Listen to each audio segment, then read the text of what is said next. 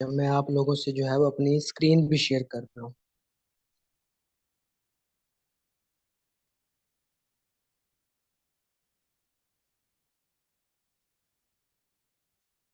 अच्छा, कल का जो है ना वो इंट्रोडक्शन मैंने टोटल आपको बता दिया कि फॉरेक्स ट्रेडिंग होती क्या है। अब ट्रेडिंग करते हुए ना कुछ अहम चीजें हैं या इंपॉर्टेंट टर्म्स हैं जो हमें पता होना जरूरी है। ठीक है। ये कंसेप्ट्स मैं आपको चीजें थ्योरेटिकली बता रहा हूँ, कंसेप्ट्स क्लियर कर रहा हूँ। कंसेप्ट्स क्लियर होंगे उसके बाद ट्रेडिंग करने में आपको मसले नहीं होंगे। ठीक है। या किसी को भी आप सुन रहे होंगे या किसी की कोई वीडियो देख रहे होंगे या कोई सिग्नल आएगा ग्रुप में, फिर आपको उसको समझने में बहुत आसानी होगी। आपको पता चल जाएगा जो आपको सिर्फ नंबर नजर आ रहे होते हैं कि यार पता नहीं क्या नंबर लिख के भेज दिया इन्होंने। फिर इस वेबिनार को लेने के बाद जो आज वाला है, आपको वो नंबर्स नंबर्स नहीं लगेंगे, आपको प्रॉपर एक सिग्नल नजर आएगा, आपको प्रॉपर समझ आएगी कि अगर ये लिखा हुआ है तो लिखा क्या हुआ है, इसका मतलब क्या है, आपको समझ आ जाएगी। ठीक है। ट्रेडिंग टर्मिनल इंपॉर्टेंट टर्म्स, सबसे पहले हम आ जाते हैं बिड और आस्क। ठीक है। आपने ना एक टर्म सुनी होगी, बाय और सेल। ठीक है। या तो हम खरीदते हैं या तो हम बेचते हैं। ठीक है। अब खरीदने और बेचने के अंदर अगर तो हमारा किसी भी पार्टी के साथ डायरेक्ट कॉन्ट्रैक्ट है, ठीक है, हम किसी भी सामने वाले को आप फेस टू फेस जो है वो कोई चीज बेच रहे हैं या खरीद रहे हैं, तो इस चीज को हम बाय और सेल कहते हैं। ठीक है।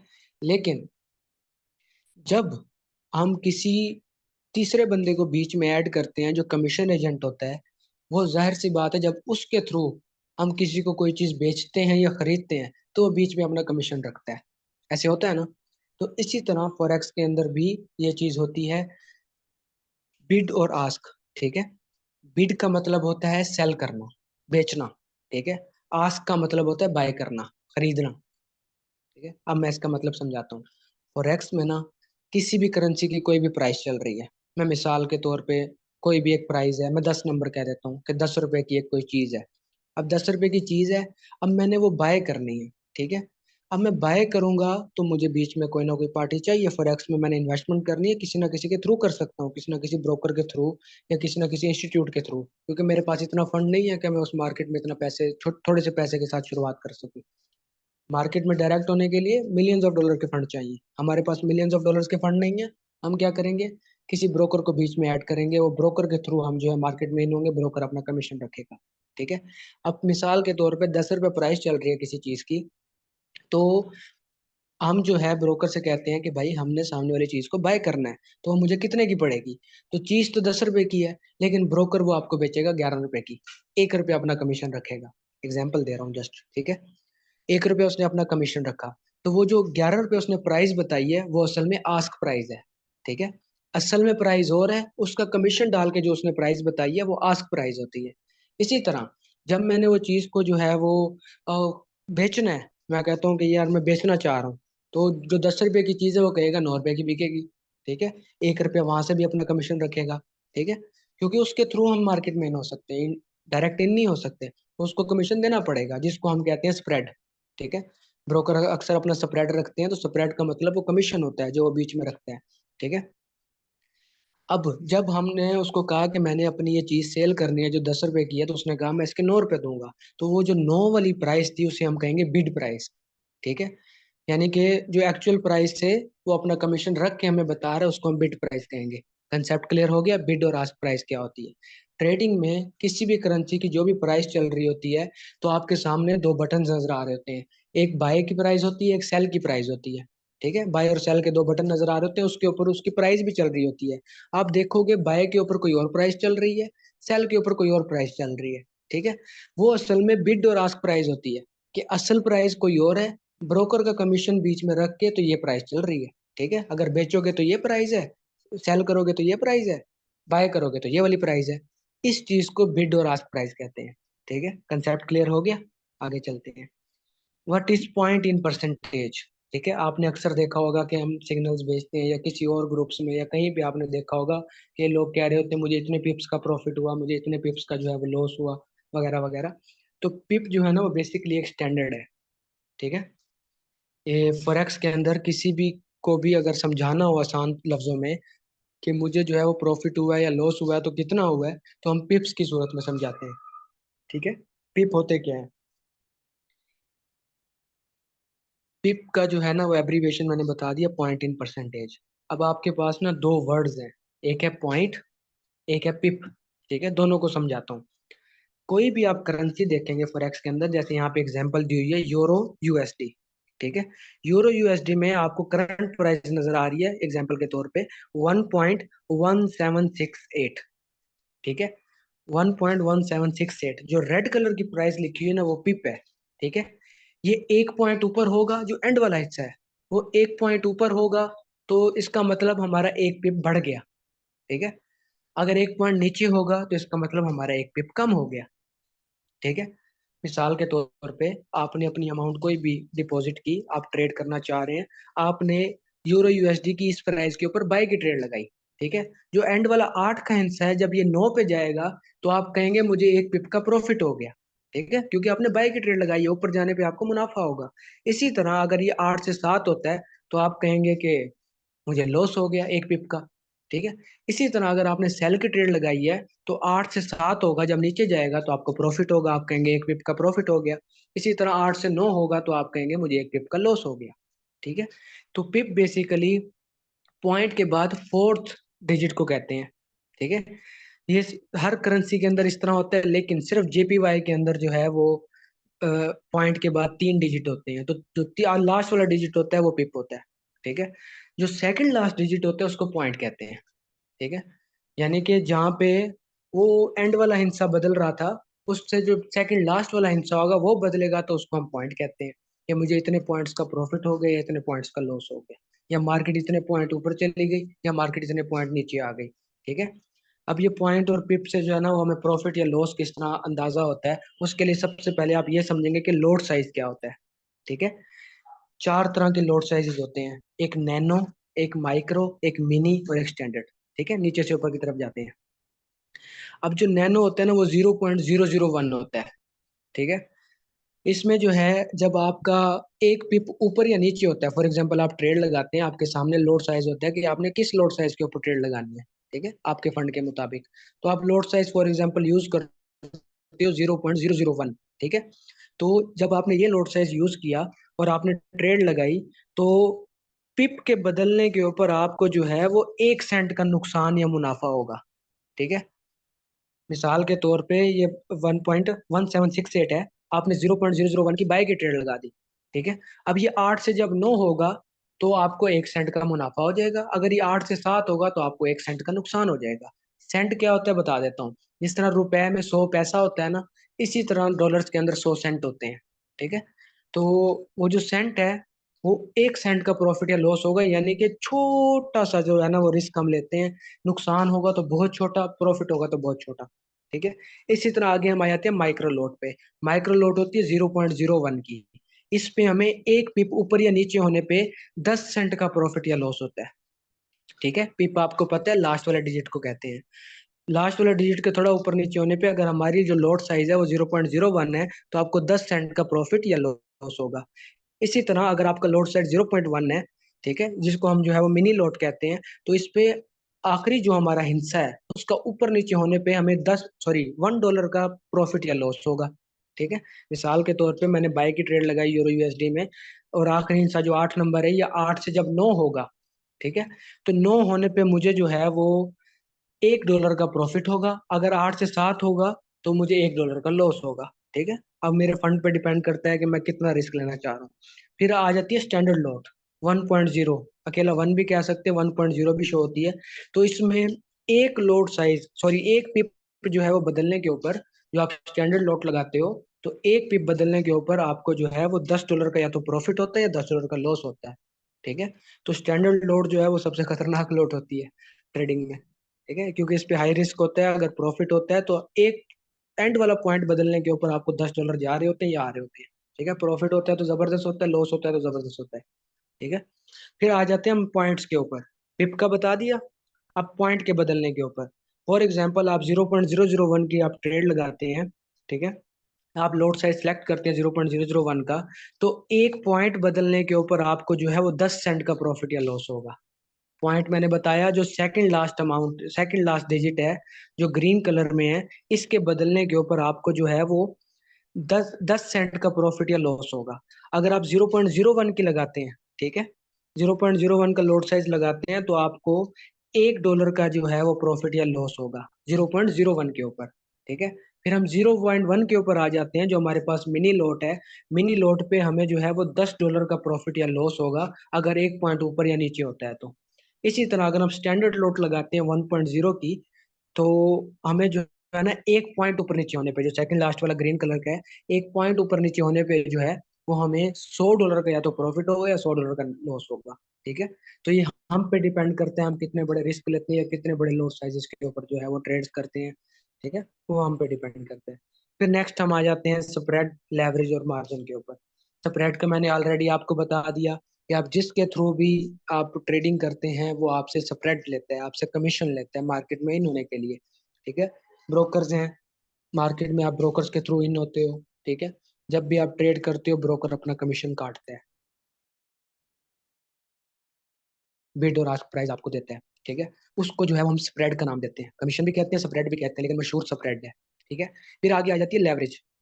लेवरेज जो है ना बेसिकली इस तरह होता है कि हमारे पास इतना फंड नहीं है कि हम डायरेक्ट मार्केट के अंदर जो है वो जाके ट्रेड्स कर सकें, या वहाँ की जो प्राइजेस चल रही हैं उन प्राइजेस के मुताबिक हम अपना पैसा डाल सकें।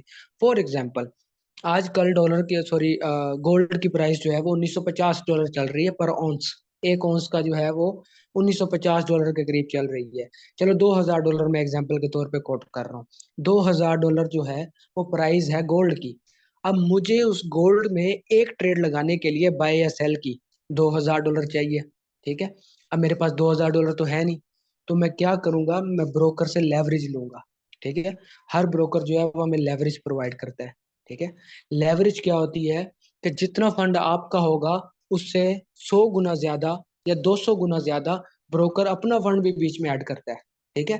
ताकि जिससे आप छोटी अमाउंट के ऊपर भी बड़ी बड़ी प्राइजेस वाली जो चीजें हैं, उनमें ट्रेड कर सको। ठीक है।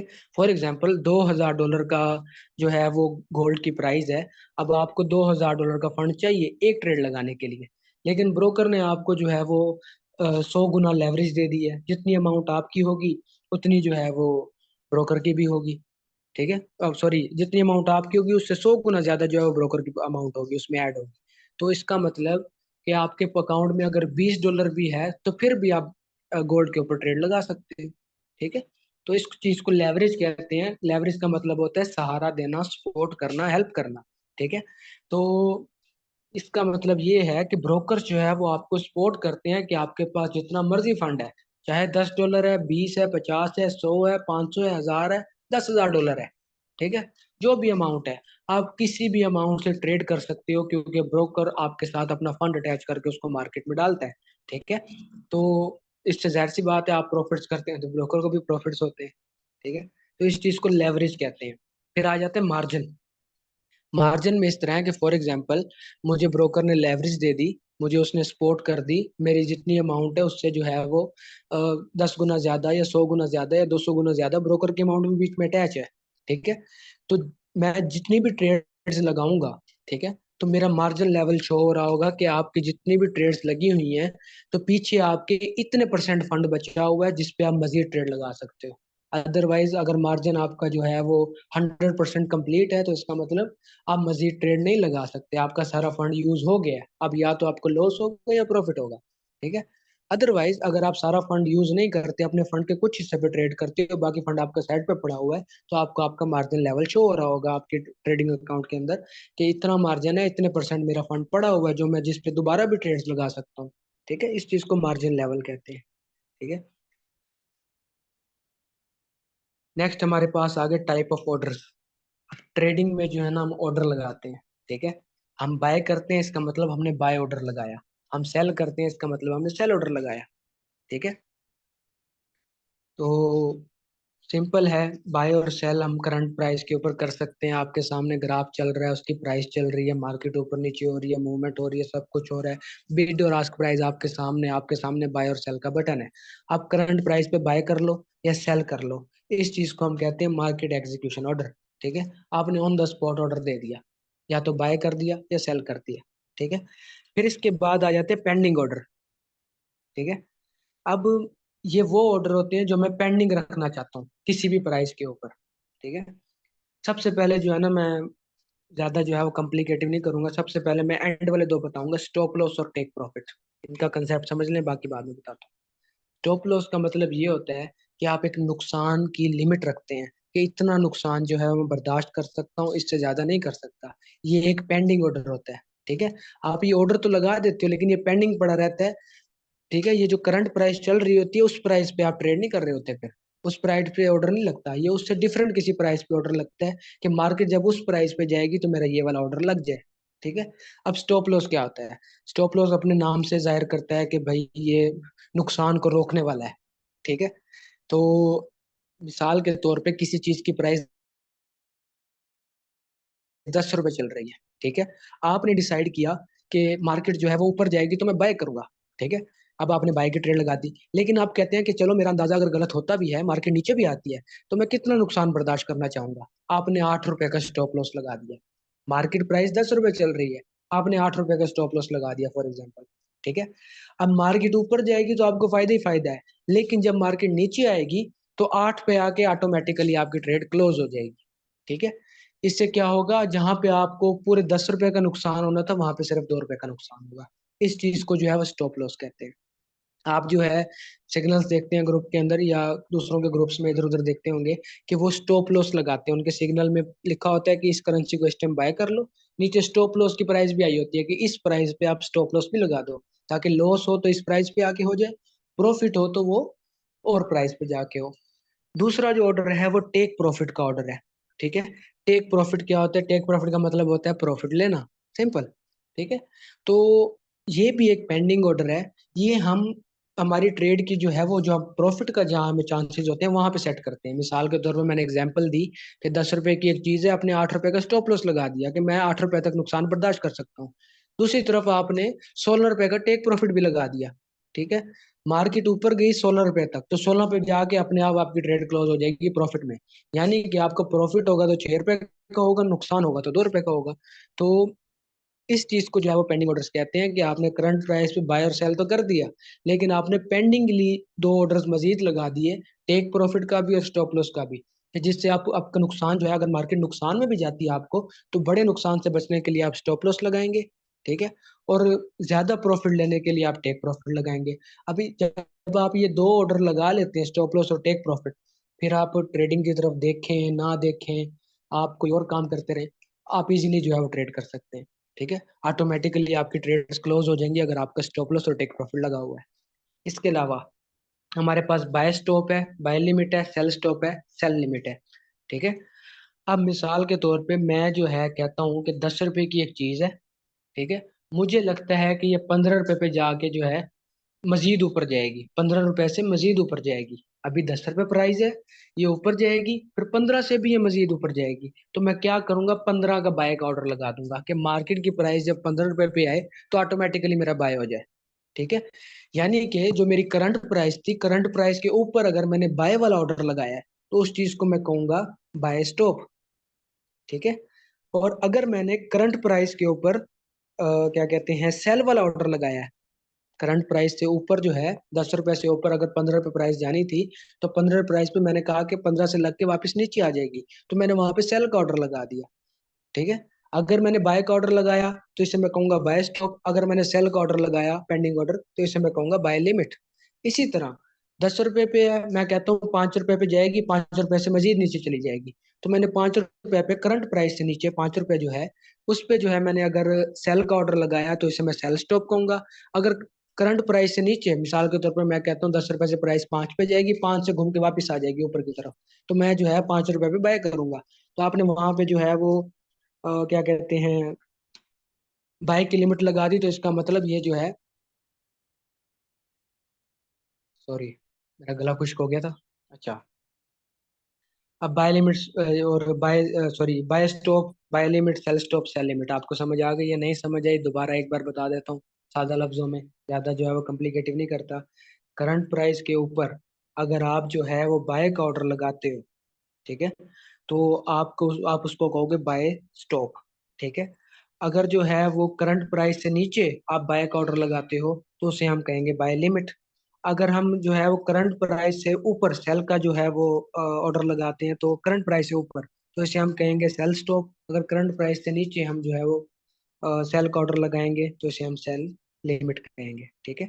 सिंपल, जो बेसिक था ये वैसे इतना जरूरी नहीं है, बाय स्टॉप सेल स्टॉप ये सारी चीजें सिर्फ थ्योरी है, इतना ज्यादा यूज नहीं होता। यूज होने वाली चीजें स्टॉप लॉस, टेक प्रॉफिट है और बाय और सेल है, सिंपल।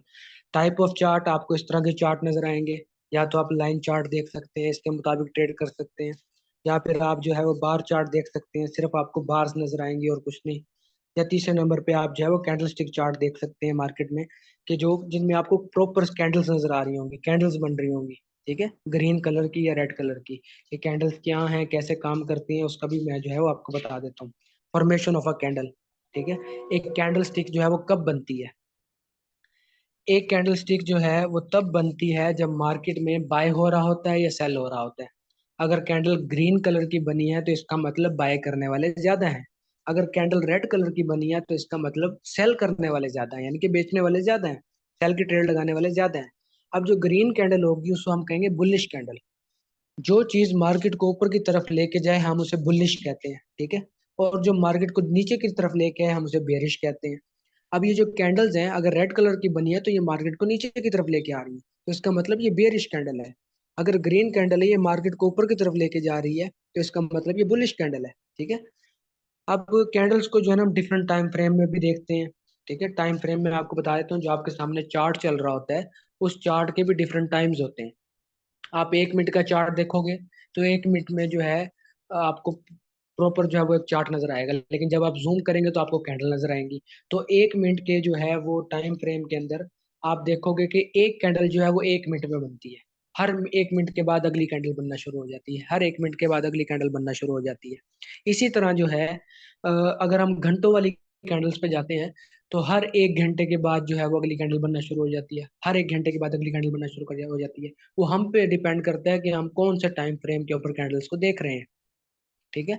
जो ट्रेडर कहते हैं कि मैं बस ऑन ऑन द स्पॉट बैठ के जो है प्रॉफिट या लॉस करता रहूं, प्रॉफिट बनाता रहूं, तो वो 1 मिनट वाली, 5 मिनट वाली या 15 मिनट वाली कैंडल्स को देखता है, या 30 मिनट वाली कैंडल्स को देखता है, ताकि वो जो है अपने 1 घंटा या 2 घंटा दिन में जो ट्रेडिंग को देता है वो उसके अंदर कमा ले।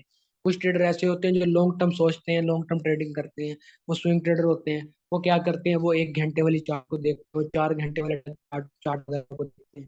फिर पोजिशन ट्रेडर्स होते हैं, वो ट्रेडर जो महीनों महीनों इंतजार करते हैं, ठीक है। वो उन कैंडल्स को देखते हैं जो कैंडल ही पूरी 1 महीने में बनती है, या कैंडल ही पूरी 1 हफ्ते में बनती है, ठीक है। वो उसके मुताबिक, यानी कि वो एक ट्रेड लगाते हैं तो 6 महीने बाद जाके चेक करते हैं कि वो प्रॉफिट में है लॉस में है। तो इस तरह के ट्रेडर्स भी होते हैं। तो कैंडल्स जो है वो हर टाइम फ्रेम पे डिफरेंस बन रही होती हैं, और उन कैंडल्स को आप देख के अंदाजा लगा सकते हो। कैसे पता चलेगा वो आगे चल के बताऊंगा नेक्स्ट वेबिनार्स में। अभी फिलहाल जो है कैंडल का आप स्ट्रक्चर जो है वो देख लो कि कैंडल बनती कैसे है। सबसे पहले इसकी बॉडी है, जो रेड कलर का पार्ट या ग्रीन कलर का पार्ट आपको नजर आ रहा है इसको हम बॉडी कहते हैं, ठीक है। इसके ऊपर जो है वो आपको हाई और लो नजर आ रहा होगा, ठीक है। ये जो हाई और लो है इसको विक्स कहते हैं, ठीक है। ये डंडिया सी बनी हुई है ऊपर, इनको हम विक कहते हैं, शेडो भी कहते हैं, बार भी कहते हैं, ठीक है। जो भी मुख्तलिफ नाम ले लो आप, ठीक है। ये क्यों बनते हैं? ये बनते हैं कि ये हमें ये हिस्ट्री बताते हैं बेसिकली, कि मार्केट जो है, ये जो कैंडल बनी है, ये मार्केट इतनी ऊपर तक गई थी लेकिन वहां से नीचे आ गई, ठीक है। ये जो बारीक सी डंडी ऊपर बनी हुई है इसका मतलब ये है कि मार्केट यहाँ तक ऊपर गई थी, इतना हाई आई थी, लेकिन फिर नीचे आ गई। और जो नीचे वाला लो है इसका मतलब ये है कि मार्केट इतना नीचे तक गई थी फिर ऊपर आ गई, ठीक है। ये जो बार्स हैं ये हमें हिस्ट्री बताते हैं कि बेसिकली हुआ क्या था, कि जब कैंडल बनना शुरू हुई तो बायर ताकतवर था। बायर जो है वो मार्केट को ऊपर की तरफ लेके गया, जहाँ पे हाई लिखा हुआ है आपको नजर आ रहा है, ठीक है। मार्केट जो है वो बायर जो है, बायर ने इतना जोर लगाया, बाय की इतनी ट्रेड्स लगी इसके अंदर कि मार्केट जो है वो अपने हाई तक चली गई। लेकिन क्या हुआ, सेलर ने जोर लगाना शुरू कर दिया, सेल की ट्रेडें ज्यादा आना शुरू हो गई, तो मार्केट वहां से सीधा नीचे गिरी, सीधा लो पे आके खड़ी हो गई, ठीक है। तो इसका मतलब सेलर ताकतवर हो गए तो उन्होंने मार्केट को नीचे गिराया, जिससे कैंडल जो है वो रेड कलर की बन गई। अब जब लो पे आई तो बायर ने जो है फिर जोर लगाना शुरू कर दिया, तो लो से थोड़ा सा भी ऊपर उठी थी कि कैंडल का टाइम खत्म हो गया, अगली कैंडल शुरू हो गई। तो पिछली वाली जो कैंडल थी वो हमें हिस्ट्री बता रही थी कि इस टाइम के अंदर जो ये टाइम था, इस टाइम में बायर जीते या सेलर जीते, ठीक है। तो हम बायर और सेलर की ये जो जंग है, इस जंग को देखते हुए ट्रेड करते हैं कि जो जीत रहा है मैंने उसके साथ खड़े होना है, ठीक है। जो जीतेगा मैं उसके साथ हूँ, मैं भी जीत जाऊंगा। जो ताकतवर है, जो सर्वाइवल ऑफ द फिटेस्ट, आपको कंसेप्ट पता है, ठीक है। जो सबसे ताकतवर होगा उसके साथ खड़े हो जो, या उसकी तरह सोचो आप भी जो है वो वैसे सक्सेसफुल हो जाओगे वगैरह वगैरह। ठीक है, तो कैंडल की फॉर्मेशन आपको पता लग गई। अब जो रेड कैंडल होती है वो ऊपर से ओपन होती है, नीचे जाके क्लोज होती है। ठीक है, ऊपर से शुरू होगी, नीचे जाके बंद होगी। और जो ग्रीन कैंडल होती है वो नीचे से शुरू होती है, ऊपर जाके बंद होती है। ग्रीन का मतलब यही है ना, मार्केट नीचे से ऊपर गई तो नीचे से ओपन, ऊपर जाके बंद हो गई। ठीक है, इसका ओपनिंग और क्लोजिंग पॉइंट। इसी तरह जो रेड है, जाहिर सी बात है ये मार्केट को ऊपर से नीचे लेके आ रही है, तो ये ऊपर से ओपन होती है, नीचे जाके क्लोज होती है। ठीक है, इनके बॉडी के जो एंड वाले टिप्स होते हैं, जो इनकी बॉडी है रेड या ग्रीन कलर की जो आपको नजर आ रही है, तो ये इनका ओपनिंग पॉइंट होता है। ठीक है, ओपनिंग या क्लोजिंग पॉइंट, कि मार्केट यहाँ से ओपन हुई, यहाँ पे क्लोज हुई, तो ये आपको नजर आ रहा है। तो ये जो था वो आज का ओवरऑल वेबिनार था। इस हवाले से आपका कोई भी क्वेश्चन हो तो आप मुझसे पूछ लें, मैं इंशाल्लाह जो है वो जितना जल्दी हो सका रिस्पॉन्स करूंगा। मैं जो है चैट ओपन कर देता हूँ, आपने जो भी क्वेश्चन पूछना है फिर मुझसे पूछ लें।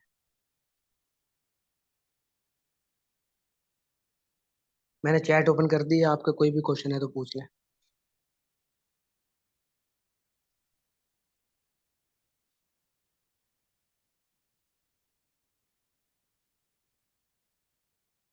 अच्छा, टॉपिक से रिलेटेड आपने क्वेश्चंस पूछने हैं, एक्स्ट्रा क्वेश्चंस नहीं पूछने, ताकि मैं जवाब भी दे सकूं।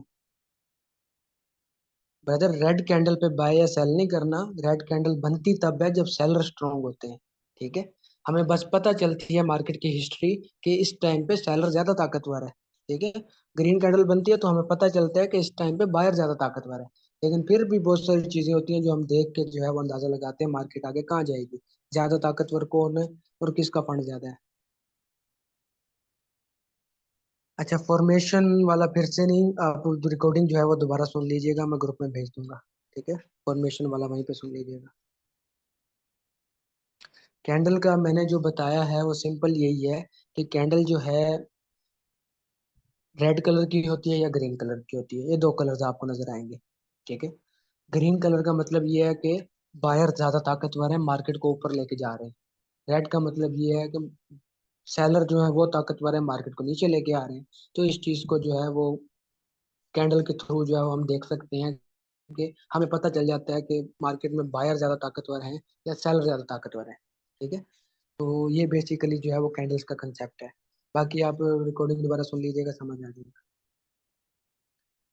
स्टॉप लॉस का समझ नहीं आया। सिंपल है मैम, इस तरह है कि स्टॉप लॉस का मतलब यही है कि मैंने अपनी एक नुकसान की लिमिट सेट कर देनी है कि मैं सिर्फ इतना नुकसान बर्दाश्त कर सकती हूँ, उससे ज्यादा नहीं कर सकती। ठीक है, उस नुकसान की लिमिट सेट करने को स्टॉप लॉस कहते हैं। और प्रॉफिट की लिमिट सेट करने को, कि मुझे इतना प्रॉफिट चाहिए, मैं ज्यादा लालच नहीं करना चाहता, तो ऐसी कंडीशन में मैं टेक प्रॉफिट सेट कर देता हूँ। ठीक है, तो स्टॉप लॉस टेक प्रॉफिट सिर्फ इसलिए होता है कि मैंने अपनी लिमिट्स लगा दी कि नुकसान करूंगा तो 1 गुना, प्रॉफिट करूंगा तो 3 गुना। ठीक है, तो उसके बाद मैं एक्टिव हूँ नहीं हूँ, ट्रेड कर रही हूँ नहीं कर रही, ऐसी कंडीशन में जो है फिर हमारी ट्रेड ऑटोमेटिकली क्लोज हो जाती है, हमें टेंशन लेने की जरूरत नहीं होती। ठीक है, लॉन्ग भाई, लॉन्ग टर्म ट्रेडिंग के लिए आपके पास फंड बड़ा होना चाहिए, $1000 के अंदर होना चाहिए मिनिमम। फिर आप लॉन्ग टर्म ट्रेडिंग कर सकेंगे, अदरवाइज छोटे फंड के ऊपर कुछ भी नहीं होता। कौन सी ऐप करनी है? अच्छा, कल वाली रिकॉर्डिंग जो है वो भी भेज दूंगा और आज वाली भी भेज दूंगा, ग्रुप में दोनों सुन लीजिएगा। ये दोनों आप सुन लेंगे तो फिर अगली जो है वो आपको कल चीजें क्लियर होंगी, नहीं तो आपको समझ नहीं आएगा मैं क्या बोल रहा हूँ। ठीक है? आपने जो डेमो अकाउंट बनाया है ना, उसमें जब मैं करने का कहूंगा ना तब करना, अभी बना लो सर। ठीक है, उसमें जो मैंने सेटिंग बताई थी वो सेटिंग कर लो। बाकी जो चीजें मैं करने का कहूँ आगे जाके वो करेंगे तो फिर आपको समझ आ जाएगी। अच्छा, वर्टेक्स एफएक्स जो है वो प्लेटफॉर्म है, एक्सनेस ब्रोकर है। ठीक है, मैंने कल भी बताया था वेबिनार में, पाकिस्तान में 4 प्लेटफॉर्म काम कर रहे हैं, MT4, MT5, वर्टेक्स एफएक्स और सी ट्रेडिंग। ठीक है, इन चारों प्लेटफॉर्म्स के अपने अपने ब्रोकर हैं। ठीक है, एक्सनेस जो है वो MT4 का ब्रोकर है, जिस तरह ऑक्टा एफएक्स MT5 का ब्रोकर है। जिस पे मैं काम कर रहा हूँ वो वर्टेक्स एफएक्स का ब्रोकर है। इसी तरह हर प्लेटफॉर्म के अपने अपने ब्रोकर हैं। मैं वर्टेक्स एफएक्स को क्यों यूज करता हूँ? क्योंकि मुझे इस पे टूल्स अच्छे मिलते हैं, यहाँ पे मुझे जो है वो ट्रेडिंग करना आसान फील होता है MT4 MT5 के निस्बत, इसलिए मैं इसके ऊपर ट्रेड करता हूँ। और सबको सजेस्ट भी ये करता हूँ, स्पेशली जो बिगनर्स हैं उनको ये जल्दी समझ आ जाएगा MT4 MT5 के निस्बत। स्टार्ट कब करें? मैं तो यही सजेस्ट करूंगा सीखने के बाद स्टार्ट करें, बेटर होगा। मजीद कोई क्वेश्चन है तो कोई? ग्रीन कैंडल पे ही सर ट्रेड कर, कैंडल्स पे ट्रेड नहीं करते। कैंडल्स हमें सिर्फ हिस्ट्री बताती हैं कि मार्केट में माजी में हुआ क्या है। ठीक है। मैं आज से मिसाल के तौर पर मैंने टाइम फ्रेम आपको बताया कि एक कैंडल मिसाल के तौर पे 30 मिनट में बन रही है। ठीक है। 30 मिनट जैसे पूरे हुए, एक कैंडल बन गई। अब उस कैंडल के थ्रू मैं अंदाजा लगा सकता हूँ कि हाँ भाई बायर ताकतवर थे या पिछले आधे घंटे में, या सेलर ताकतवर थे, तो अगला आधा घंटा का मेरा कैसा गुजरेगा। हम प्रिडिक्शन करते हैं, अंदाजा लगाते हैं उससे, उसे देख के। हिस्ट्री के लिए कैंडल्स होती हैं। ठीक है। मार्जिन जो है वो सिंपल यही है कि आपने जो भी आपका फंड है, ठीक है, आपके फंड के ऊपर कितनी ट्रेड्स लग सकती हैं। मिसाल के तौर पे आपके फंड के ऊपर 10 ट्रेडें लग सकती हैं। ठीक है। और आपने जो है 2 ट्रेडें लगा दी, और पीछे 8 ट्रेडों का जो पैसा बचा हुआ है वो आपका मार्जिन है। तो ये जो आपका पैसा पीछे बचा हुआ है, इस पे मजीद 8 ट्रेडें लग सकती हैं, तो ये आपका मार्जिन है। सिंपल। यानी कि ये मार्जिन आपको ये बताता है कि आपके जो जितना पैसा लग गया है मार्केट में, उसके अलावा पीछे इतने परसेंट पैसा आपके पास बचा हुआ है मजीद ट्रेड करने के लिए। ठीक है।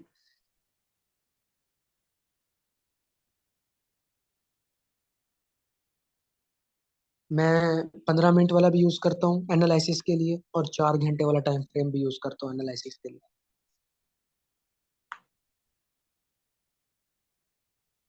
जेपीवाई का मैंने ये बताया था कि जेपीवाई के पॉइंट के बाद 4 डिजिट नहीं, 3 डिजिट डिजिट होते हैं। ठीक है। तो वहां पे जो लास्ट वाला डिजिट होगा वो पिप होगा, और जो सेकंड लास्ट होगा वो पॉइंट होगा। अच्छा, वेबिनार को लेने के बाद ना आपने मुझे बताना जरूर है कि वेबिनार कैसा रहा है आपका, समझ भी आई है कि नहीं, ताकि मुझे आइडिया हो कि आप लोगों तक मैं डिलीवर भी कर पा रहा हूँ कि नहीं।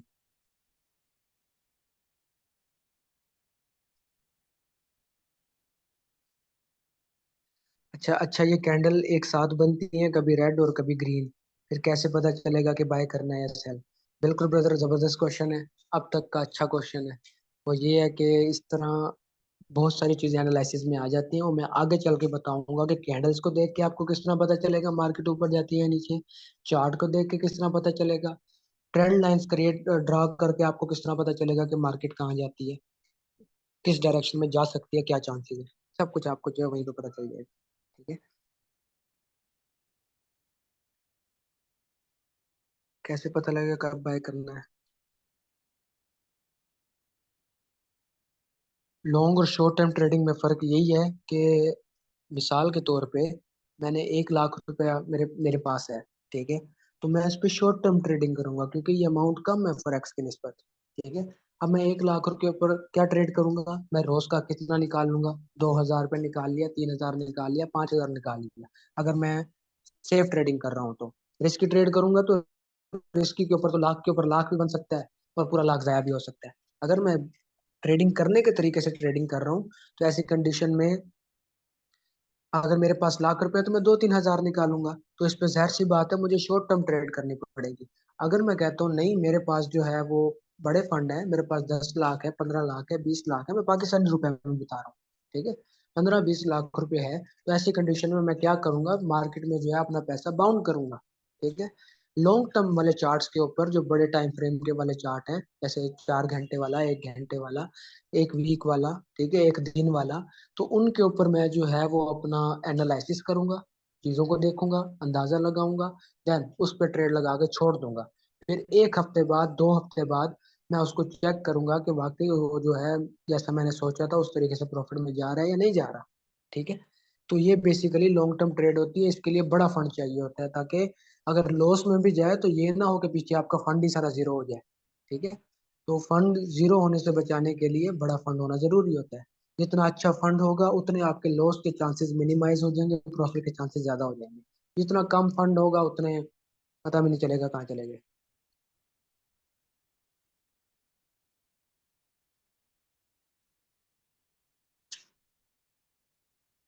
अच्छा, असाइनमेंट आप लोगों की सिंपल यही है कि अभी जो है वर्टेक्स एपेक्स ऐप ही अपने पास डाउनलोड कर लें, और उसके अंदर डेमो अकाउंट क्रिएट कर लें।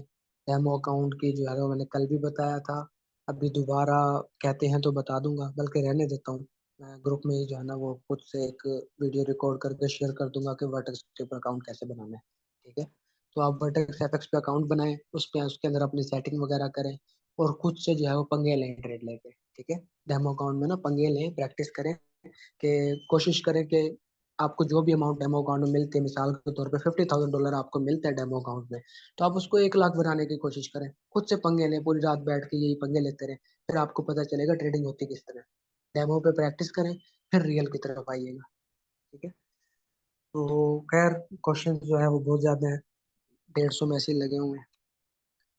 खैर, मीटिंग को जो है वो मैं एंड करता हूँ। मजीद जो है, आप लोगों का कोई भी क्वेश्चन हो, कोई चीज़ समझ ना आए तो पर्सनल में कांटेक्ट कर लीजिएगा।